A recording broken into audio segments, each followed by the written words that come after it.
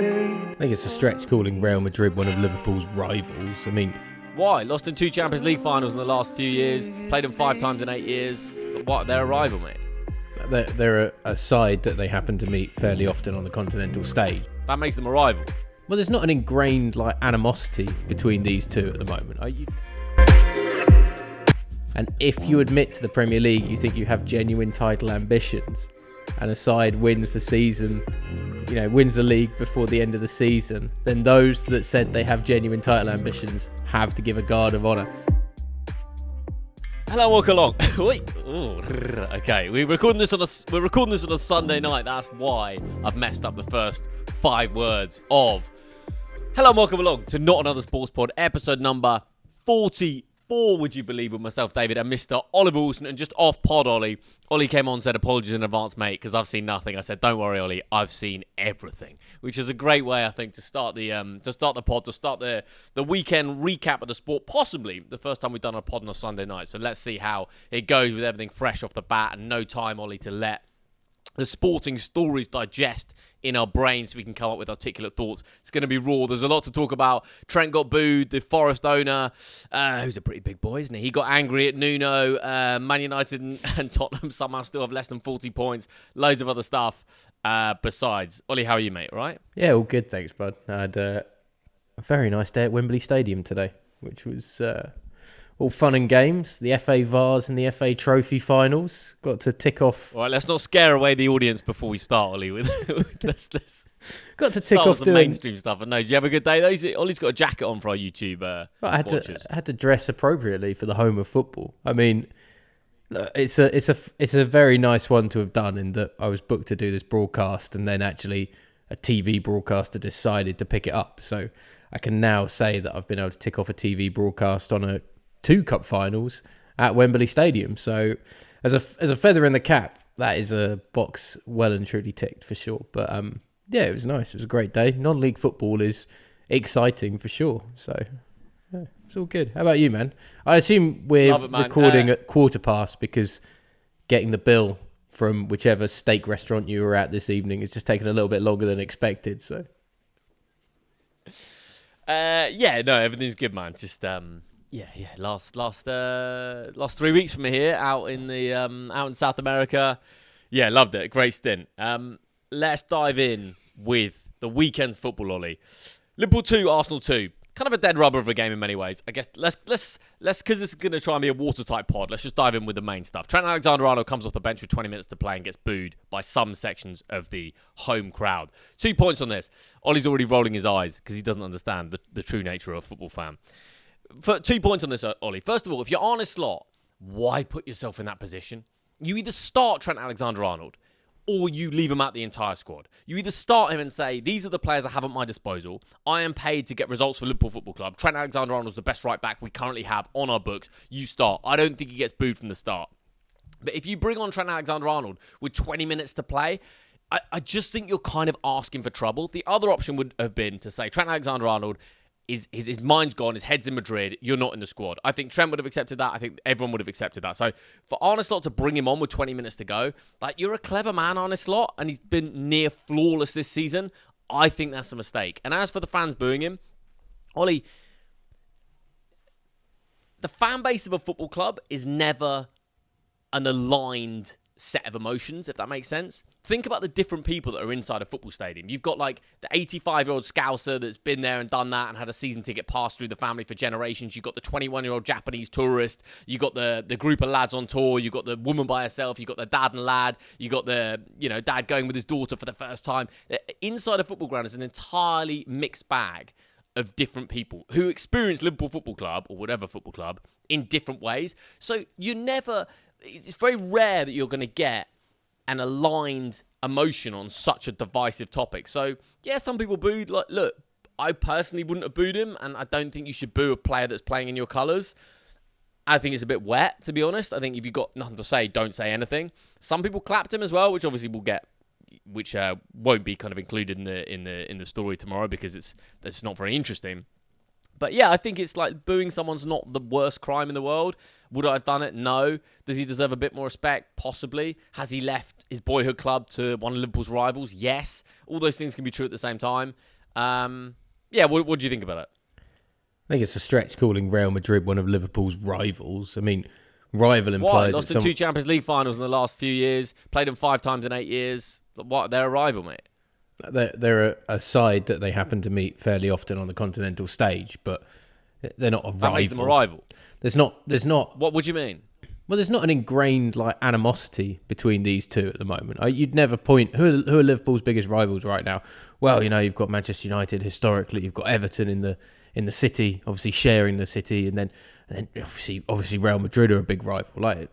Let's not overdo it. I think Real Madrid are a big rival. No, I don't. Real Madrid are the biggest football club in the world. Liverpool are one of the biggest football clubs in the world. They meet every other year in Europe. They now take Liverpool's players. They're after Konate on a free transfer next summer. They're a rival. They're a rival. I don't see it in that same way. There's the odd time, and I think particularly when teams used to meet each other on a semi-regular basis, when the likelihood of it was less frequent, I would argue personally more that would generate a bit of a more organic rivalry. When these European sides are now thrust upon each other in more and more games as the Champions League has expanded and as we've changed the format, etc., it feels like a forced rivalry more than anything else. Aside from obviously losing the 2 finals, which creates a fair bit of animosity, but it's an animosity that is left kind of on the doorstep for 12 months basically, and then is re-picked up again. And whereas a rivalry is something that kind of consumes you more over a constant period. But we can nitpick at that, and it's kind of rare that we disagree, I think, a lot of the time, Dave, on this podcast, because we seem to be... Fuck are you talking about, Wilson? Yeah, here we go. We need more of that. Yeah, you're the kind of guy that would boo Trent Alexander-Arnold with that sort of attitude as well, I imagine, with your foul-mouthed football podcast, Dave Windsor. No, look, I think we're worrying way too much about this whole scenario, especially as somebody who's not connected with the internal workings of Liverpool Football Club, and personally as someone that has only neutral feelings at best for Liverpool Football Club anyway. It doesn't affect me. It doesn't affect those fans that booed. The fans that booed are probably in the minority, and the minority speak the loudest most of the time anyway. They're the ones that make more racket than anybody else. So it doesn't matter. It just doesn't. It doesn't matter. Trent Alexander-Arnold isn't going to... Nothing matters, does it? Really? But Trent Alexander-Arnold's not going to go home tonight and go, oh, they booed me, didn't they? There was a few people that booed me. Mate, I don't know about that. No. Ollie, people are humans, and you don't think that Trent Alexander-Arnold, who's been at the club for 20 years, is going to go home tonight, put his head in the pillow, and think, blimey, I just got booed by a fan base that should love me, and I've dedicated years of energy, and the club have been great to him, sure, but he's given 20 years. All right, he's a kid for 15 of those, but the club have given him. He's given the club 20 years of service. Man, I think he feels that.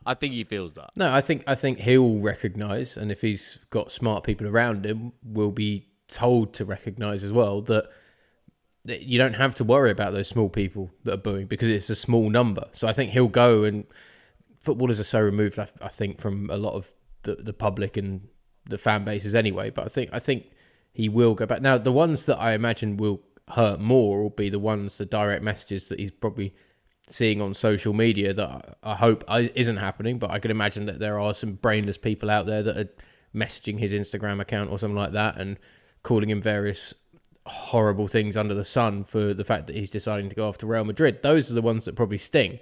But in a football environment, particularly when you hear about how players block out a lot of the crowd noise anyway because they're so focused in on their game and what they're doing, and I kind of believe that to some extent because even at mild levels of competition, when you and I were probably younger in school or football teams or anything like that, you don't really hear a lot of the noise that comes from the crowd. There's the odd comment that might cut through, but the boos... Windsor missed a sitter. Yeah, I mean, Will always haunt me all the time. Yeah, but they had a chant for that, which was a bit rude, to be honest, because you're only 8 years old. That's just mean. But yeah, I just don't see it affecting him on a long-term basis. Should Slot have played him?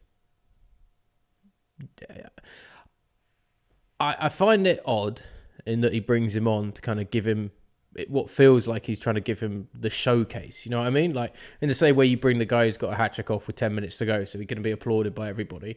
You've left him out the side.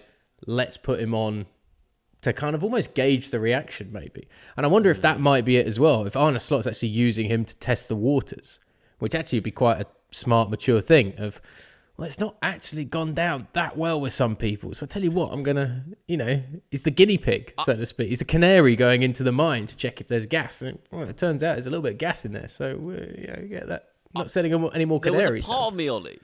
There was a part of me that did think, is this some real psychological play from Slot here? That I'm not saying he's thrown Trent Alexander-Arnold into the lion's den, because he hasn't, but of all the things to do in this scenario, you could have started him, and in which case maybe there would have been a few boos at the start and it would have died down. You could have left him out of the squad entirely. You could have put him on the bench with no intention of actually playing him, just to kind of keep him involved, but actually you were just never going to bring him on. You could have done any of those things. But what Arne Slot did was the exact thing that he must have known. He's a smart man. He must have known that is going to elicit a response at 2-2 in a game between first and second in the Premier League, even though the title's done. So there was a dark part of me that thought, has Arne Slot done that as just go on then, let's see. Right, Trent, you don't want to be part of this football club going forward. You don't want to be under me going forward. Go on then, let's see what it's really about. Okay, but if he doesn't play Trent at all and drops him from the squad, it divides the fan base. Oh, he's a servant. He's been part of this club. Give him the send-off that he deserves. The other people are going, maybe the louder, small vocal minority going, yeah, stop it. Yeah, it's good. So if Slot does that, also then there's the press, which will be Liverpool to turning their back on this player that's given so much for them. There's the potential negativity. If he starts him, and particularly if Trent Alexander-Arnold plays really well, you've then got a problem because, well, he's still a key part of this lineup. He's in the starting 11 even when he's about to leave, and he's playing a blinder to finish off the season. So Arne Slot doesn't want that either. So this is like the happy medium of the small chorus of boos, but Arne Slot still gets to say that he gave what many Liverpool fans will consider a great servant of the club playing time and a send-off in front of supporters in a big game. We get to have the whole kind of guard of honour and everything that comes with taking on Arsenal when you've already got the title wrapped up and all that kind of thing. So you get to have your cake and eat it as well. So it's actually, I think, a very smart move from Arne Slot, because it's like being a centrist. You're not taking the extreme one side if we're going to start him, and you're not taking the extreme other if we're never going to play him. The Rory Stewart. Yeah.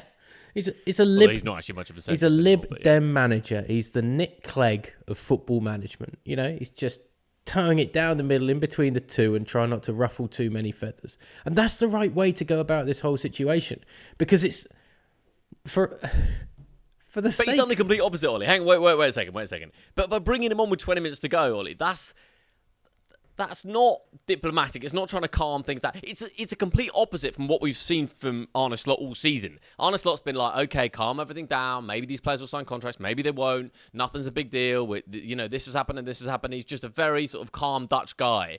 And yet he's thrown Trent Alexander-Arnold into a situation that obviously was going to result in no, because he's him getting booed. He's letting it look like Liverpool Football Club don't necessarily need him.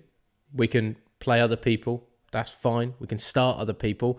We are starting to look at starting other people. So he doesn't get to start. But I'm not going to deny this young man his chance to go out in front of those supporters again for the last few times of potentially his whole career and still take the large majority of adulation that will come from those supporters. He's putting him in the spotlight for a very few seconds as he comes onto the field. And it's a smaller spotlight than if he starts him and everyone goes, well, we still need him because he's still starting for us. Even Arne Slot's still starting him at the end of this season. Or if you completely drop him and don't play him, and then everyone goes, see, we don't need you. It's towing that middle ground really nicely. I can understand it if you look at it that way. I want to talk about Arsenal, but just two things more in Liverpool while we're here, Ollie. First of all, the guard of honour that's given to Premier League champions once they're crowned champions for every game until the end of the season. I really like it, and I've heard it criticised this week and the past couple of weeks, and most notably probably Rio Ferdinand and Peter Crouch were saying it's awkward. It's awkward if you're a player and you've won the Premier League walking through that guard of honour. It's awkward as an opposition player forming the guard of honour. And you know what I thought when I heard that? I just thought, good. Awkward's good. It's awkward is good and fun. I'm pleased that Arsenal players and Chelsea players or whatever, I'm pleased they feel awkward. You just lost to this Liverpool side. Now, I'm kind of pleased that Liverpool players walk through and feel awkward. Like, Jesus, like, we're champions. And look at this. Like, our rivals are actually giving us a guard of honour. It's an addition to the Premier League that I like, actually. And I think it's good that it's awkward. I think it's good that it adds something. I think it's fun. I almost feel like it shouldn't necessarily happen if you're like Southampton and you have to give Liverpool a guard of honour, because like Southampton and Liverpool are at such opposite ends of the spectrum that it's humiliating for Southampton to be like, oh, well done, we're going down, but see you in a few years. Should maybe there be confetti? Well, should like Arteta's players have to throw confetti over Liverpool? Like, if you're giving that guard of honour, every you didn't win single the league, so you have to. Every single manager has to inform the Premier League through like a undisclosed vote. So only the Premier League and the manager of the club, or the clubs, say before the season whether they think they have genuine title ambitions. And if you admit to the Premier League you think you have genuine title ambitions, and a side wins the season, wins the league before the end of the season, then those that said they have genuine title ambitions have to give a guard of honour. And if you don't, that's fine. But you also then get recognised. If you didn't give a guard of honour at the end of the year, there's almost that humiliation in front of the fans that you admitted to your fans that you didn't feel that your team had genuine title ambition. So do you take either admitting that you could win the title and then having to do the guard of honour and the humiliation that comes with that, or do you take the humiliation of say Chelsea take on Liverpool and they don't line up to do the guard of honour because they don't have to, and then all the Chelsea fans at Stamford Bridge go, you didn't think we could win the title? You didn't back us. You didn't back our side. What are you even doing here? We want managers that come here with title aspirations. That's the way you do it. Because as I say, West Ham having to give it, there's not a chance West Ham at the beginning of the season to think that they've got a title ambition. They've got a top 8, top 7. That's maybe an amazing new rule. Yeah. That's up there with Windsor's Boxing Day, everyone has to play a derby, and if you finish with fewer points than Derby County's 11 from 2007-2008, you get a double relegation, which Southampton avoided, and I do want to talk about that. One other one on Liverpool, Ollie, just a rumour that I found really interesting this week. Kevin De Bruyne is out of contract. Liverpool rumoured to give him a 1-year deal. What do you think about that? He's 34 this summer. Bit of a wild card, but Kevin De Bruyne on a 1-year deal? Do you sort of play him 60 minutes a week and wonder if you can conjure another 10 assists and 10 goals out of him? If you can afford it. If you can afford the wages, it cannot... Well, Federico Chiesa's set on decent wages and done nothing all season. It cannot hurt. Didn't he have a blinder in the League Cup final, Chiesa? Came off the bench and scored in the League Cup final. So, I mean, it's worth his weight in gold then now, so it's fine. 100%. No, lost it 2-1, but yeah. I don't see it as being an invalid suggestion. I mean, De Bruyne has still got an immense amount of talent, and I understand why City need to move on from him. I completely understand that, because City need to do this rebuild, and if you're going to rebuild, let's do a full rebuild. Let's not have remnants hanging around, and when new refreshed City come up and you've still got the odd player that's like, I remember 6 years ago when we were doing this or whatever.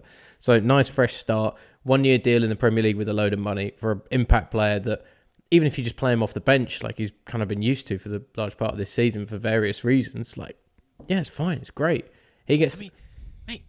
He's one of the greatest players in Premier League history. He's not 38, 39. Turns 34 this summer. I'm surprised. Forget Liverpool. I mean, I'm surprised that a big club in Spain or Italy hasn't offered him a 1-year deal, in the sense that you're not going to play him every week, Ollie. You're not going to play him every week. But if you're at home and you're Napoli or you're Real Madrid or you're Liverpool and it's 0-0 with half an hour to go and you bring in Kevin De Bruyne when you got all the ball, I'm surprised more clubs aren't in for him.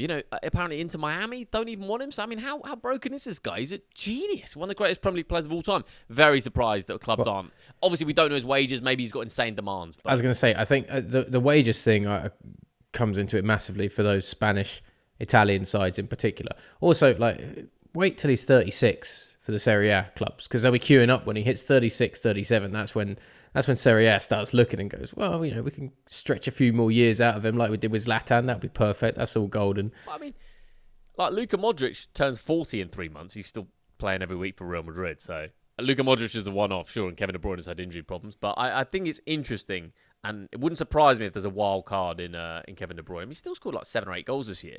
Not nothing. Right, let's talk about Arsenal. Well, I was going to say, firstly, Saudi. Could just see that huge money offer coming in.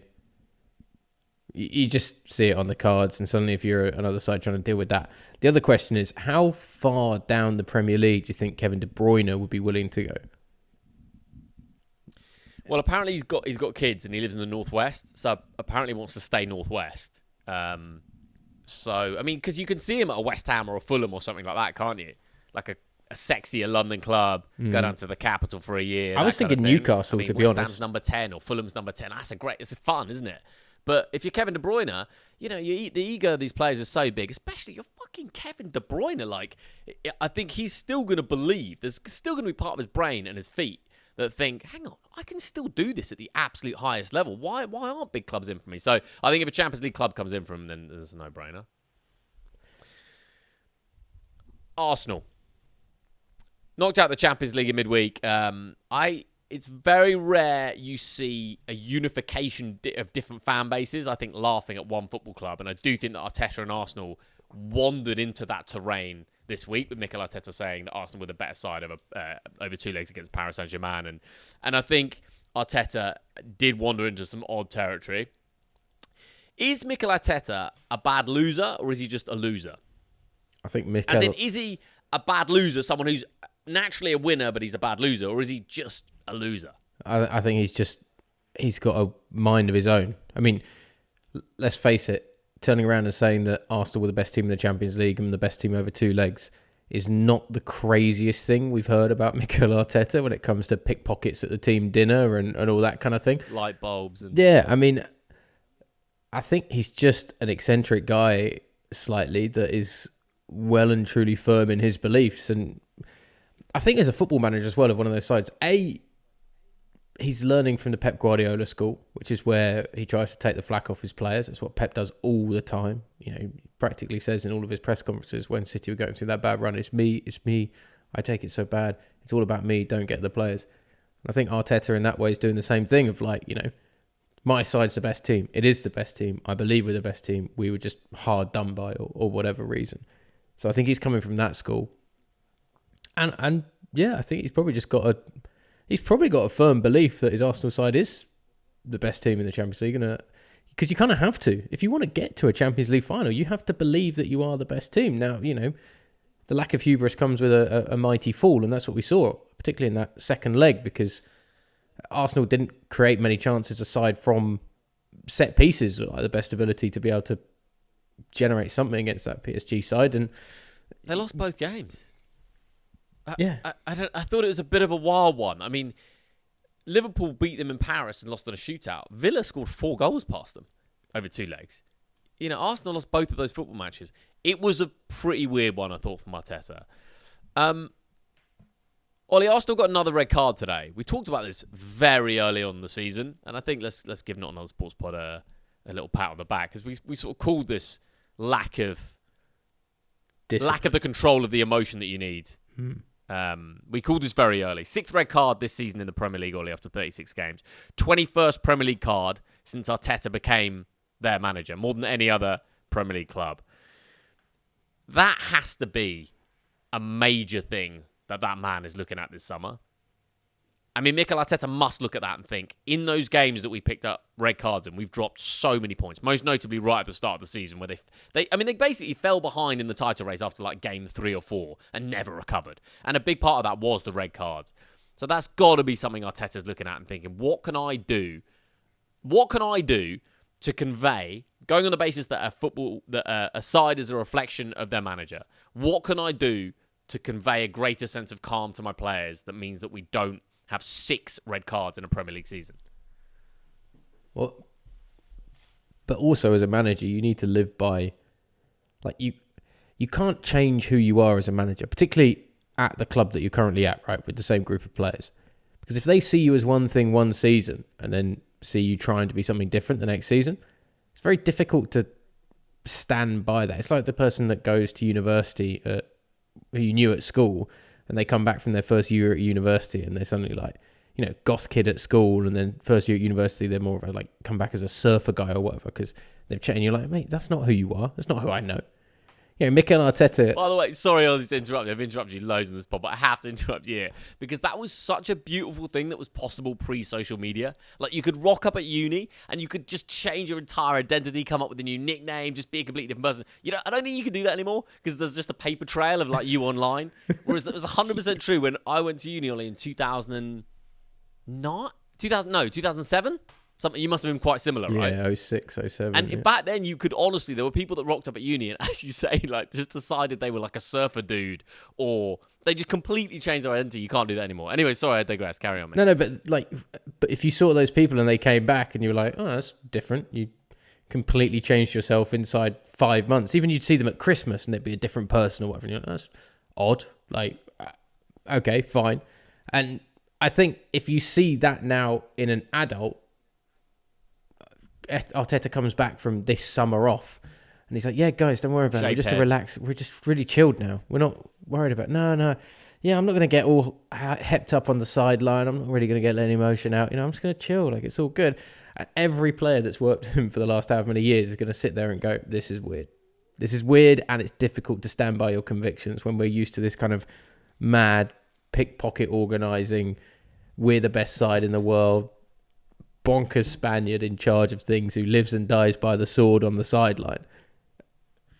And also maybe there's different ways to win in football, and not everybody can be a Carlo Ancelotti. He seems to just take so much of it in his stride, and wasn't always like that, but it was a slower development into being that guy. You know, Fabio Capello was stoic for 99% of the time during his managerial career. It also takes the bonkers ones like Jose Mourinho, and Arteta's like maybe he's like the love child of Guardiola and Mourinho. He's got that eccentric, wild nature of Mourinho, but he's also got the dream, desire, the protective instincts, and the idea of playing football in that same way as Pep Guardiola. And that's it's just a great analogy, except for he's a combination of those two, but without any trophies. So he's like those two, but he just doesn't have any trophies apart from one FA Cup and a couple of nothing to say for it. So he's all the mad, wacky, weird stuff about those guys, but without the genius. So yeah. I think, look, the Arteta trophy thing, won an FA Cup in 2020, albeit with Unai Emery's team. Hasn't won a trophy in 5 years. I made this point before, but I just want to, in a little role play here, Ollie, I want you to give me a yes or no to this, okay? Would a Manchester United manager survive 5 years without a trophy?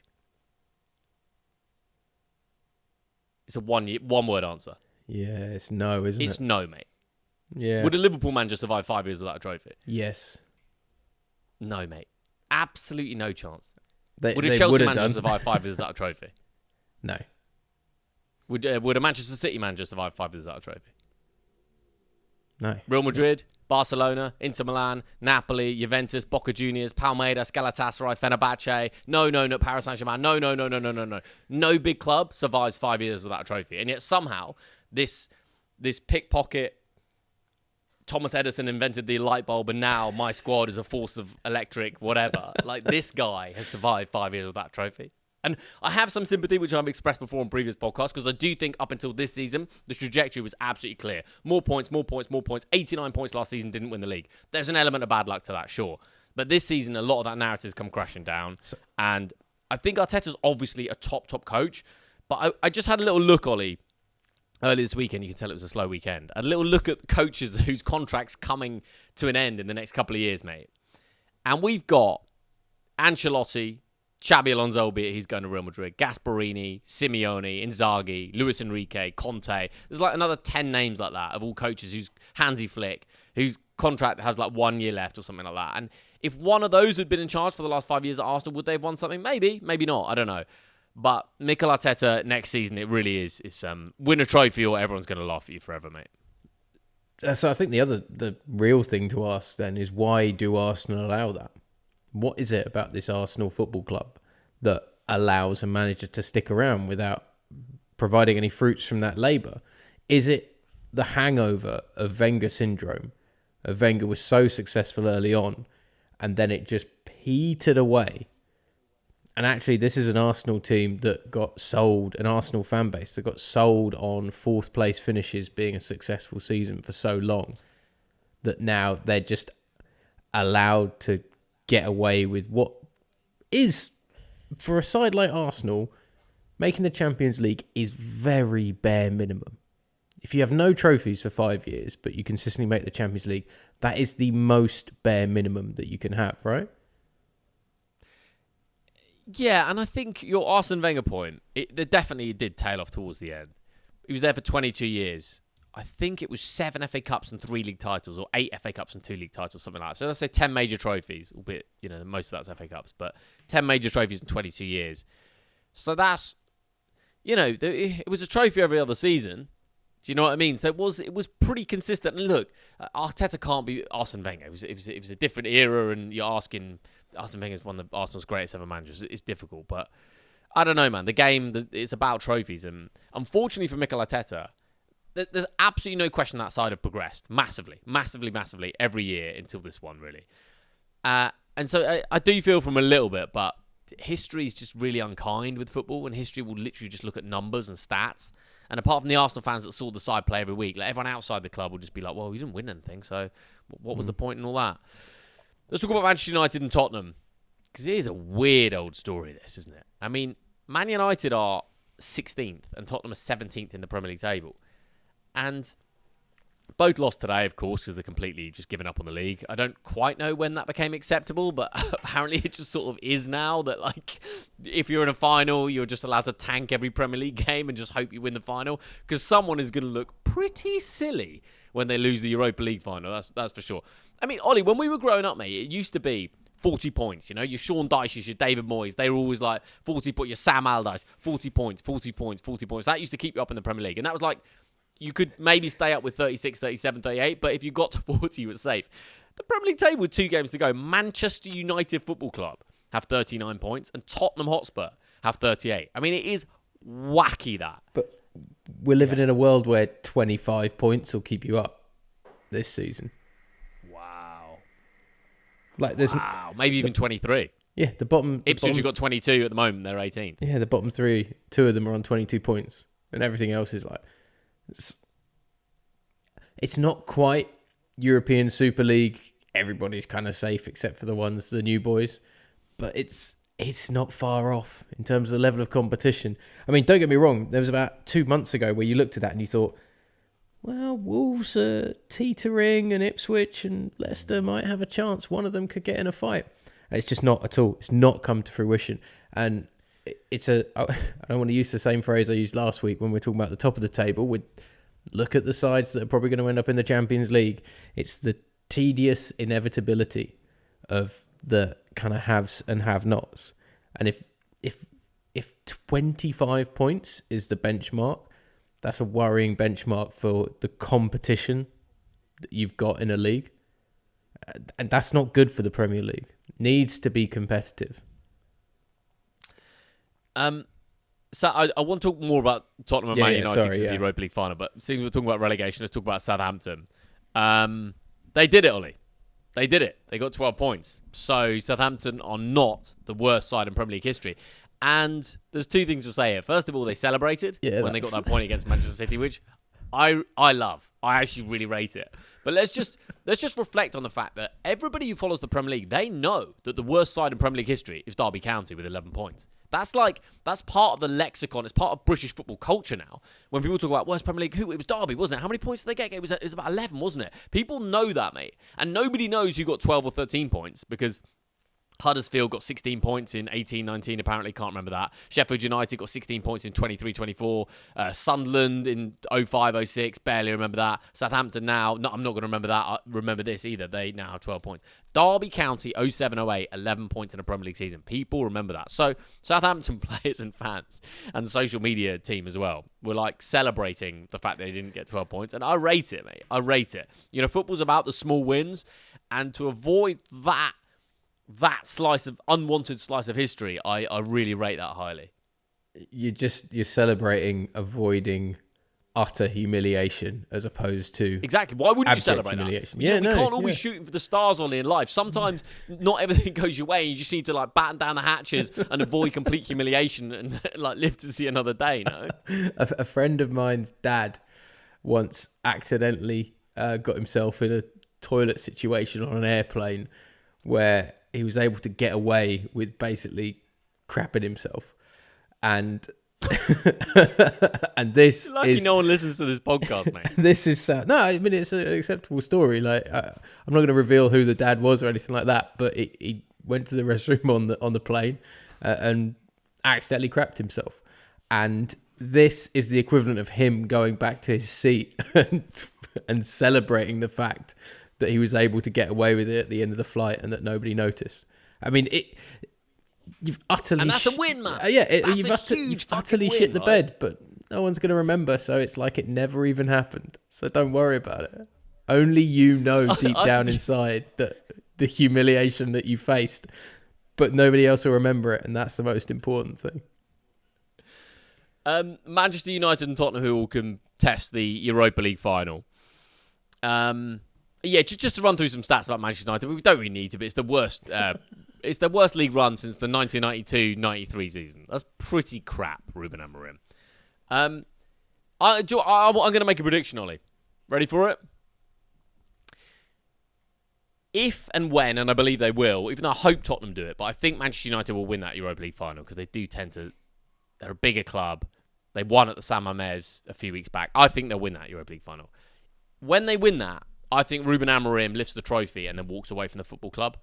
And I say that because I think the last few weeks or months, he's kind of been prepping us for this. There's a lot of we need, I might not be the right man if I'm not the right man. Today he comes out and says, look, everyone at this football club needs to look at their futures. I mean, the front page as I speak at pushing 11 p.m. on UK time on Sunday night is Amorim admits he may have to leave if poor form continues. I just think he's kind of prepping the football club for this. And if Ruben Amorim could nip in there, bag a Europa League, get them back in the Champions League, and then hand in his resignation letter, mate, he has preserved his reputation. And people will look back on that and they'll be like, wow, Ruben Amorim he's a winner, man. Like, he arrives in an absolute mess at Man United mid-season. Nicks in, Europa League, Champions League, bang, he's out of there. Okay, he'll take a financial hit, but his stock will still be very, very high, mate. And as we've talked about, the big jobs in Europe these days, they come up every couple of years now. So Ruben Amorim does not have to worry. He's a man that is going to get some big jobs if he wins the Europa League. If he doesn't, then he's in big trouble. But if he wins the Europa League, I think there'll be part of... I'm at least certain that him and his backroom staff will sit down and consider the play. Because everything he says suggests to me that he cannot believe the mess he's inherited. And by the way, he's made it way worse. Way worse. So that's the bit I don't necessarily know in terms of making it way worse, because he was an outrageously successful manager at Sporting, so he's obviously not a bad manager. And I agree with you in that if he leaves with a trophy at the end of this year, if he leaves, everybody goes, well, he recognised that United was too far fallen because of the amount of bad press in particular that United have had as a football club and a business organisation over the last 12 to 18 months. He looks like the smart guy that was meant to be the great saviour and is actually making sure that he dodges the bullet that is the Manchester United train wreck as an organisation. So if he wins a trophy and goes on his own, he definitely preserves his reputation. I don't necessarily think I would see that happening. And I don't actually think that United are going to... it's very difficult for me to decide who's going to win out of Tottenham and United when we get into this Europa League final. No James Maddison for Tottenham. I think that's big. Plus Man United, as I say, they won at the San Mamés like a few weeks ago. So I don't know. Mate, Tottenham had to go to the Arctic Circle. The Arctic Circle. They faced conditions in a balmy May here in London. Bodo Glimt. You reach a European final but beating Bodo Glimt. God bless them. I mean, it's the Ange Postecoglou corner. Look, I mean, I'm only probably going to get like 2 or 3 more pods to talk about this man, Ollie, before he we are following him wherever he goes after this. We're not doing an Ivan Toney. I'm not going to look at him at all. No, actually, maybe. No, we are. The Postecoglou corner is going to stay alive and well because I need to have a clue about what this man is doing. I'm pretty sure he retires after this season because he's just such a broken man. I mean, mate, he picks a fight in every single interview. he does. Like, I don't know. Obviously, Ollie, you've been flat out this weekend, so you wouldn't have seen this. But do you know Alfie Reynolds? I don't know. But anyway, he's a TalkSport reporter. And he asked Ange Postecoglou pretty harmless question about the offside, and Ange just he just went for him, man. He just absolutely was like, "Oh, I've got another victim here," and he just went for this poor kid at Alfie Reynolds, and it was like Alfie Reynolds should have had 2 lawyers by his side, because it's like you can't ask Ange a question anymore. You're gonna get ripped to absolute shreds. Just turned Ange Postecoglou into Ray Winston there as well with that voice. I've got another victim here. Bet now. Get your hacker on. All right. I'm not trying to be funny here. Another genuine suggestion. If Tottenham win the Europa League, should Arsenal be in for Ange Postecoglou? Because there's your winner, mate. There's your match. There's your winner. There's your trophy win. You know.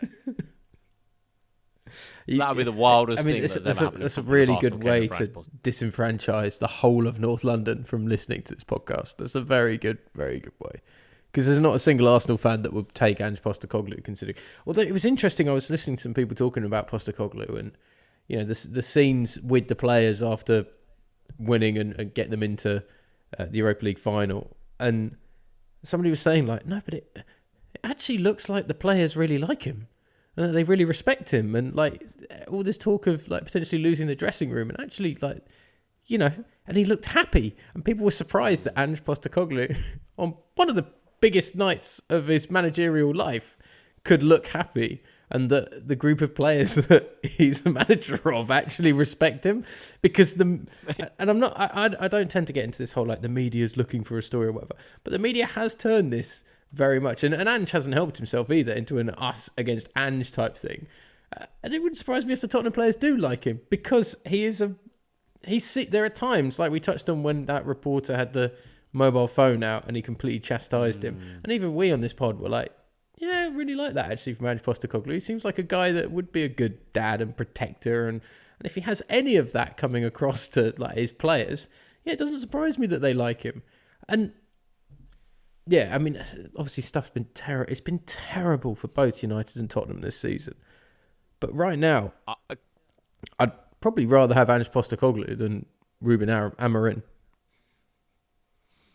Statement. A couple more things about Ange, Ollie. All right. One is that so post Bodo Glimt, he's given a couple of interviews, and I didn't realize. So he was like, "Oh yeah, it's great. My wife and my 2 young boys came across midweek, took them out of school." And I was like, "Oh, isn't that nice?" And then you sort of see photos of them, and it's like, Jesus, Ange, you're a 60-year-old man. I mean, your kids are probably about 7. So no wonder he's grumpy all the time. He's like a man, he's 60, got 2 young kids. And I was like, bloody hell, Ange, you dealing with so much is unreal. The other thing is the meme factory around Ange Postecoglou. And it all centres around his 2 main quotes this season, which is one, "I always win things in my second season." Genius, unbelievable, amazing if it comes off. Obviously, if it doesn't, he looks like an idiot. And the second was "Are you not entertained?" In the world of AI that Ollie and I were just talking about off pod actually before we came on, the Ange Postecoglou's face on Russell Crowe's body with the "Are you not entertained?" I mean, the fun people have had with that is just absolutely hilarious. So, look, all jokes aside, it is a massive Europa League final. We talked about it at length last week, so I'm not going to go into it again. And also, we can talk about it before. We can talk about it next Monday's pod, Ollie, as a little preview. Can we? Oh no, wait, it's on the 21st. So yeah, maybe in a couple of next Monday's pod, the 19th. Can we just recognise the fact that it is so sad that the 2 best stories in the Europa League fell short at the final hurdle? The all Premier League thing is nice for some people. It's great for Tottenham. It's great for Manchester United. But Athletic Club not getting to play in their own home stadium in the final, and this rogue Norwegian side from the Arctic Circle make it all the way to the semi-final, and they both get snuffed out. And it's just, yeah, it's a genuine shame for the football purists, shall we say, rather than being grumpy old curmudgeonly men. But the football purists, it's a shame to see those 2 great stories fall short in both semi-finals, basically, I think. Agree. Before we talk about La Liga, I just want to talk about the Forest owner. This is just body shaming from you, is this? Is this what we're doing? Are we a body shaming podcast, Dave? You've already touched on his weight. Let's keep it in what I said about the big man. I just called him the big man, at the start of the pod. Everything else was saved for WhatsApp. He's a big boy. And I think it's fair to say, and he's the owner of Nottingham Forest. And I'm not just trying to play devil's advocate here. I don't mind this. So he's basically, the Forest owner comes onto the pitch to have a word with Nuno Espirito Santo after Forest drew 2-2 against Leicester to basically put themselves in a bit of a position where they're probably not going to finish in the top 5 now. I wouldn't have thought they'd need other results to go their way, or Aston Villa and Chelsea to slip up maybe.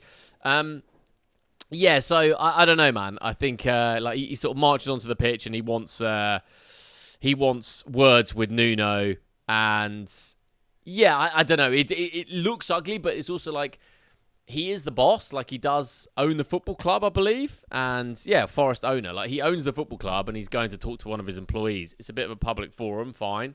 But it's not a great look. I don't know. What do we think about it? Oh, can't hear you for some reason, mate. No, I got you. You got me?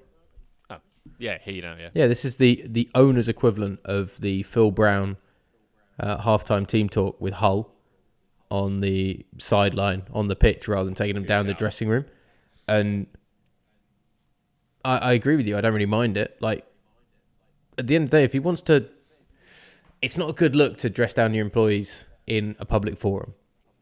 But if you feel that remonstrating in a public place is going to get the reaction that you desire out of the person that you employ, it was unorthodox from Phil Brown when he did it, but nobody really had a massive go at him. And it's kind of nice to see a chairman being passionately involved.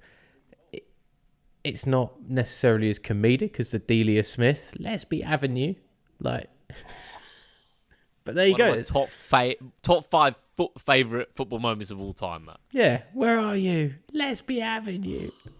Delia 3 drinks in at half time. What a world. More than 3. Gone, that was a few brandies after a bit of dessert cooking, I think, with that one. But yeah, I mean, that's kind of the same as well, though. This is his Delia Smith moment, except, he's a cheesed off, angry Greek owner of a football club. Greek man, as opposed to a Middle England cookery woman. Yeah, I mean, it's an owner showing that he cares. Isn't that what we want? There's a joke about Delia Smith's cooking in him, but I'm not going to make it.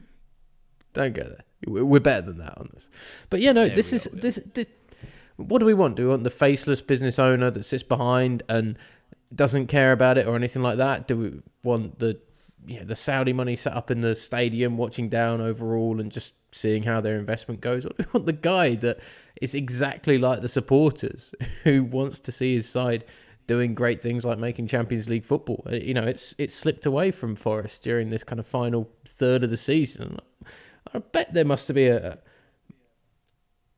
really pissed off feeling upstairs that they're so near, and they were being tipped as the new Leicester City in terms of a potential title challenge, possibly. And it was very early doors when people were saying that, and way too early. But I mean, the fall from grace hasn't been terrible, but it's been enough that would frustrate. Of we were here, why are we now dropping down to here for no real reason? I don't mind it at all. Something I just thought of, Ollie, is that Marinakis has probably just lost 100 million quid. How would you react if you just lost 100 million quid? And actually, when you think about it like that, it's quite a subdued response. He just potters onto the pitch, wags his finger at Nuno and says, probably shouldn't have made that substitution. There's 100 million down the drain. Naughty. And it's imagine if you'd lost 100 million quid, which is basically what's just happened with the fact that Leicester got an equaliser. And, look, Nuno's had a great season. FA Cup semi-final, Ollie, and he's probably going to take him into the Europa League. I mean, magnificent season. But let's just take a moment to respect the fact that if you lose 100 million quid, you're going to have some kind of emotional reaction. I completely get what you're saying. I mean, Everyone says they don't want an owner, as you say, they don't want a Gulf state, or they don't want a faceless owner who's a million miles away, who's not connected to the football club. Well, here's the flip side. Don't say that you don't want that and then complain when a massive, passionate Greek man wanders onto the pitch and gives an opinion or two. He's the boss. He's lost 100 million quid. He's allowed to have a word or two with his employees. So, yeah, I actually rate this, and I'm wondering why we haven't seen it sooner, to be honest with you. Really like it. I hope we see it again. Yeah, a bit more of that. Although, I doubt Nuno wants to see any more of it. Like that's an intimidating moment, I think, for a manager. A public dressing down like that. You're meant to be the guy. I mean, it looks bad in front of the players as well. Of the owner coming down and chastising you while you're still on the pitch. It does not look good. That's going to create some friction. But again, like I said, we want chairmen and owners that are invested in the club rather than the business. And yeah, it may be because of the money lost, or it may just be because he loves seeing this side win football games. But whatever the reason, a bit of passion never really hurt anybody. 100%. So we sort of flip-flopped. I came on the pod today being like I was going to criticise Marinakis, and he's now back I'm in. 40 minutes into the pod, and all of a sudden he's a genius and need to build a statue of him. Right. Let's just wrap up with some La Liga, Ollie, because El Clasico was this weekend. Barcelona beat Real Madrid 4-3. They've won the league now, essentially. 7 points clear with 3 to play. Not too much to talk about this, to talk about here, really. I mean, Real Madrid actually went 2-0 up in the game, and Kylian Mbappe scores a hat-trick, and Barcelona go on to win. They're a better side, Barcelona, than Real Madrid, shown that all season in La Liga. The point I wanted to make, really, was about Real Madrid and Xabi Alonso going to Real Madrid.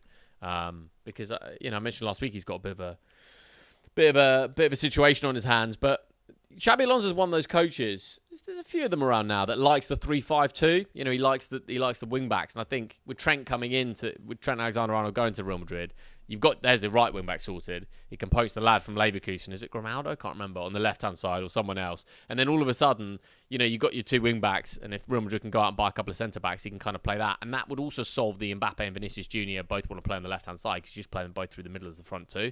So yeah, I did think about that when the Xabi Alonso to Real Madrid thing leaked. And Barcelona win La Liga. Yeah, I mean, it caps off what's been a reasonably humiliating season for Real Madrid, considering what everybody expected of them, with finally going out and getting Mbappe, and everybody thought this was going to be the year that Galacticos were reborn once again. And yeah, I mean, as I think we said last week, that whoever takes the job at Real Madrid has actually a really tough job on their hands of, round pegs for square holes potentially in front of them, unless Xabi Alonso can make it work. But also, I don't get the feeling that Xabi Alonso is the kind of guy that feels that he needs to have Galacticos at his disposal to be able to get success either. In fact, it's the complete opposite of what he's done at Bayer Leverkusen. So I wouldn't necessarily say that I'm never going to say the Galacticos era and superstar players going to Real Madrid it is ever going to be over. It's just not going to be the case with that football club, because they know that that's almost their business model as much as anything else. But change is going to be afoot, and there could be a big star leaving in the next 12 to 18 months out of Real Madrid for sure. Maybe 2 if things don't fit right for Xabi Alonso. And Real Madrid aren't shy about necessarily backing managers. They will give managers more time than other big sides if it doesn't start going right straight away. You have to win games, and you have to be hunting there and thereabouts with the Champions League. I think it'd be hard not to with the set of players that they've got. But they do allow managers to tinker and make changes if and when needed. What do you think, Ollie, about, Real Madrid, on paper, right? On paper, you've got Xabi Alonso, this multilingual, articulate football coach, had an incredible season with Leverkusen, former Real Madrid player, so he walks into the dressing room, everyone knows he's won stuff for Real Madrid, top footballer, top coach, instant respect, still youngish, so he's kind of got that understanding of how modern players think in terms of wages and everything to do with social media, this kind of stuff. So on paper, it's just a great fit, isn't it? Makes loads of sense. Xabi Alonso to Real Madrid at the same time that Trent Alexander-Arnold comes in and, he can move things around. But it's just such a weird club that if you said to me Xabi Alonso's out by December the 14th, I wouldn't be surprised, you know what I mean? Because it's just such a random football club, and they're such a ruthless football club. And I expect it to work, but you know what I mean? If they're 8 points off Barcelona at the top of the La Liga, I don't know. There's just no guarantees with something like Real Madrid. There's no guarantees Trent Alexander-Arnold will be a success there. I think he will. There's no guarantees that Xabi Alonso's a success there, even though I think he will be. Yeah, but that's the world of football that we live in at this point as well, isn't it? I mean, there are more and more sides that you would say there are no guarantees. Yeah, everyone's expected for the last 4 or 5 years for Mikel Arteta to produce something great for Arsenal, and he's come close, but he hasn't. There's an expectation that Manchester United will pull themselves out the fire. There's an expectation that Barcelona would be able to compete a little bit more, perhaps on the European stage. There's an expectation that AC Milan won't be a team that are floundering, struggling to at least get themselves in the top 4. I mean, the big clubs in world football, in European football in general, the expectations are so high, and the number of big clubs continues to increase with the idea of outside investment coming in anyway. There's no way that everybody can eat. That's the weird thing about this European Super League, is that the idea would be that everybody would be able to eat. You know, all of these big clubs would be guaranteed big games every single week, playing in the biggest European league that would ever exist. That's kind of what the Champions League has already become, right? As we've discussed months ago on this podcast. But the way the whole thing is set up right now, it's not there that everybody can be able to feed and be successful. It's just, and that's a great thing in football. So the only difference is whether management of football clubs and owners are going to give time, respect, and resources to people to be able to start changing and adapt in a different style. And I think with somebody like Xabi Alonso going back to Real Madrid, he will always be given that bit of extra time. As a long-serving player, the success that he's had, obviously, with Bayer Leverkusen and what he's been able to get them to do in German football as well, which has garnered then a great respect of him as a manager. And again, I don't think Real Madrid are a flippant side when it comes to really good football managers. It would surprise me if they got rid of him in 6 months into his contract or anything like that. Final thing I want to say on the podcast this week, Ollie, is that the Women's World Cup will be expanded to 48 teams by the 2031 World Cup. So I guess it just brings it in line with the Men's World Cup, right? Which we know that next year's Men's World Cup is also going to be 48 teams. So the Women's World Cup by 2031, or the 2031 World Cup, will be 48 teams. Any opinions on that? What do we think? It's as ludicrous as having the Men's World Cup. That many teams. Like that's the only thing. Like, if we're going to have the Men and Women's World Cup, it's fine to make them the same number of teams. I have no problem with that. The difference is that it's overly populated in terms of the number of teams in the Men's World Cup, let alone the Women's World Cup. It doesn't really change an opinion on it, surely. It's 3/4 of the nations in the world involved in the World Cup. I mean, you do wonder how some federations are going to balance the books there, to be honest with you, without some subsidies, I would have thought. But anyway, that's a question for Mr. Infantino. And you're crippling players. That's the trouble. It's that overexpanded tournaments mean more games. More games mean less rest time. Less rest time mean leggier players going into the next season with increased competitions, increased games. And it's just a revolving cycle which football benefits in terms of the money coming in from it, from TV revenue and people watching more games because there are more games to watch. But the players are the ones that get hurt in these moments, because as we touched on when the officials were adding 10, 15 minutes of stoppage time at minimum into games just after the Qatar World Cup, it's in those last 10, 15 minutes where the most serious injuries happen, because the body is being strained so much to the point of breaking point. And without a proper summer to rest and relax when it comes to a World Cup, and adding to the intensity of a World Cup where you're flying, you're travelling all over the globe, travelling across multiple countries now because World Cups are held in multiple different nations, and you're increasing the number of games, which also increases potentially the number of qualifying games, because you've got to sort out more playoff spots along with the group stages itself, and you've got to fit all of these teams then into different qualifying categories. It just makes it worse and worse for players' health. And considering that there are so many sports at so many levels across the planet which take player safety as a paramount, football's going the opposite way and saying work, work, work, work, work until you break. Right, you can tell it's a Windsor pod because there's absolutely no mention of any other sport on planet Earth that happened this weekend. Just 60 minutes of raw football, because you can tell, Ollie, Shane Lowry's about to win the PGA just before the US Open next week. Oh, in fact, Yes. no, that's just Sepp Straka's done it instead. Straka. Wow. Straka with his second win on the PGA Tour this year then, getting his victory over Shane Lowry, going down 18. Wow, that's... Because Lowry's been leading that for like day and a half, 2 days. Really impressive from the Irishman. But again, it's just... Almost a watch along this. I was actually going to message you early this weekend, Ollie, and say once you've got the home studio set up, mate, in time for the 2026 World Cup, we'll have to do like an England watch along or something, or a World Cup final watch along for all our dedicated YouTube viewers. What's the ETA for the home studio? You thinking summer, autumn this year, summer next year? When's completion date? We're getting it. Summer this year. Yeah, summer this year. So you could just gonna do it all in one hit, get it done. The building rigs are through now, so it's just getting the work done, which will take about 3 weeks, and then fill it out and let's get. And what can the YouTube fans expect? Like, are you gonna fit in a sofa there, like big screens, like how many mics, how many cameras, what's the vibe? And is your missus even gonna have access to it, or is this just like a coded There's thing, a padlock, like a key code? It's a man cave, not they. Are you gonna put a gym in there as well? Am I gonna what? Put a gym in there. Yeah, it's gonna be a bench press little in gym there. area. Yeah, we're sorted.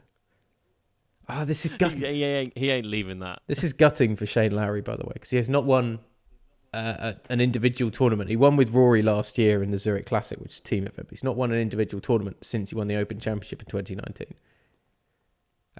Yeah, heartbreak. It just highlights, though, the strength of these European golfers right now, that they are starting to win consistently on the PGA Tour this year. And again, going into a Ryder Cup year, to have the European players being not dominant, but really succeeding in big competitions. And if a European player wins the PGA Championship coming up next weekend, that's going to be a big warning sign for US golf that actually Bethpage Black isn't necessarily going to be defended very easily when it comes to the Ryder Cup in September. Things can change, obviously, between now and then, but as we continue moving through major season, we've had Rory winning at Augusta. We've had Rory winning... When's the next major? Next weekend. Next weekend? Yeah. Oh, mate, because I loved our Rory and got great reception from the fans about our Rory pod, which is, 3 weeks? No, a month ago? Something like that? I can't remember. Looking forward the difference is that we need to have a moment like that to be able to bring that... That's the thing. Great sport will produce a great podcast. Talking about Trent Alexander-Arnold getting booed by a couple of people leaves the shambles that we've got today. 20 minutes on that as well at the top.